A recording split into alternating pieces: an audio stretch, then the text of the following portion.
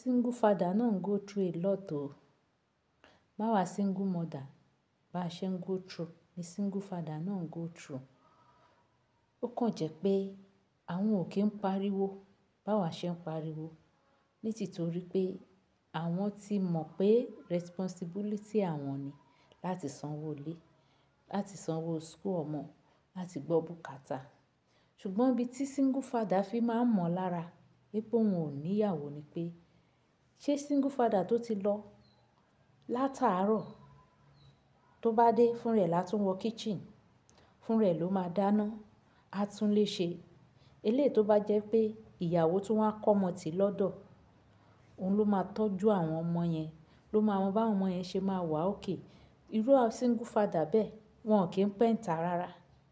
Gbogbo ọkàn wọn ilé ló máa wà nítorí pé wọ́n responsible. Wọ́n jẹ́ ẹni tó ṣe pé ó nífẹ̀ẹ́ ọmọ. Single father mìí wà tó ṣe pé tí obìnrin bá fẹ́ lọ lọ́dọ̀ ẹ̀, á sọ fún ẹ pé o ò lè kọ́ ọmọ mi lọ. Kí nìdí?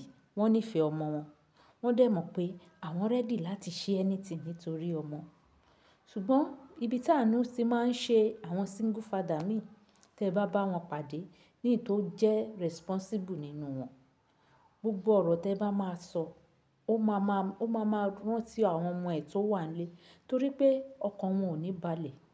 Kò sí ẹni tó fẹ́ mójútó ọmọ torí single father kò lè tọ́ ọmọ bí obìnrin. Aspect tó ìwọ̀n fi lè tọ́ ọmọ bí obìnrin ni pé, ṣé tí single father bá ná ọmọ obìnrin, tọ́mọ yẹn dẹ̀ ti wọ maturity age, àwọn nǹkan tí obìnrin máa bọ́ ọmọ ẹ̀ obìnrin sọ gẹ́gẹ́ bí obìnrin, bàbá ò lè bọ́ ọmọ yẹn sọ. Tó bá tiẹ̀ máa bọ́ ọmọ yẹn gan sọ, díẹ̀díẹ̀ kò ní lè kọ́ mi. Ẹ mọ̀ àwọn ọkùnrin, ìwọ̀nba ni wọ́n lè ṣe àmójútó pẹ̀lú ọmọ wọn obìnrin. Ṣé ọmọ obìnrin máa ṣe nǹkan oṣù ń sìn? Bàbá ẹ̀ fẹ́ kọ́ bó ṣe máa lò ó ni, bó ṣe máa lo pad. Bàbá ẹ̀ ò lè kọ́ ọ, ó kàn lè ra pad fún un. Ibi tí ìrònú ti máa ń bá wọn nìyẹn pé, ipò ìyá ibẹ̀ òun ló yọ sílẹ̀.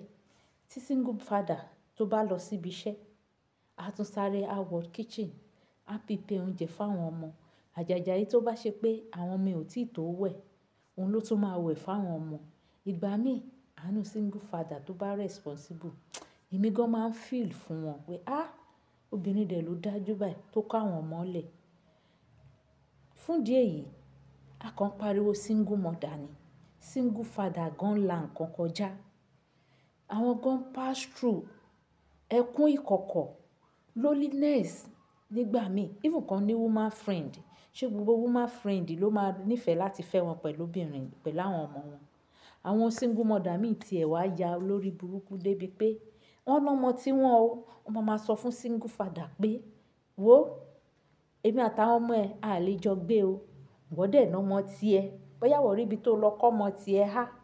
Mo wá rí single father tó ṣe pé wèrè ọlọ́mọ bí i tèmi báyìí ni, kò lè fọ́ ọmọ ẹ̀ lẹ̀ fẹ́ anybody.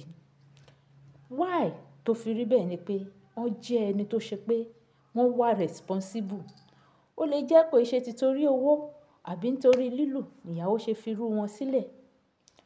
Ṣùgbọ́n gbogbo ẹ̀ náà ká sọ pé abẹ́ kádàrá ni.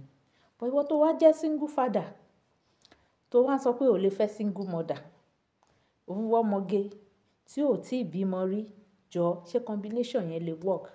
Experience tí ìwọ ní, ṣé òun ti ní? Ìwọ dẹ̀ ló lè fa àwọn ọmọ ẹ ṣeré yìí. Kò sí single girl tí single father tó bá fẹ́ fẹ́, kò ní gbà kó òun fẹ́ ẹ pẹ̀lú ọmọ ẹ o.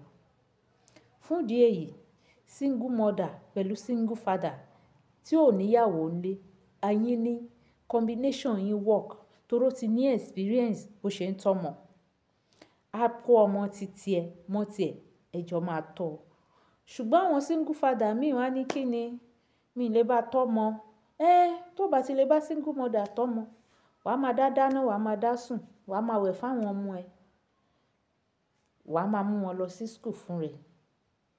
Mo kí gbogbo single father tó jẹ́ responsible one tó wà níta. Àwọn akíkanjú ọkùnrin tó ṣe wí pé nínú ọ̀rọ̀ wọn, ẹ bá mọ̀ pé, kì í ṣe irú ẹni yìí ló yẹ kó má ní ìyàwó nílé. Ṣùgbọ́n kí la fẹ́ sọ fún kádàrá? kò sí nǹkan tí Ọlọ́run bá ti kọ bó ṣe máa rí nìyẹn.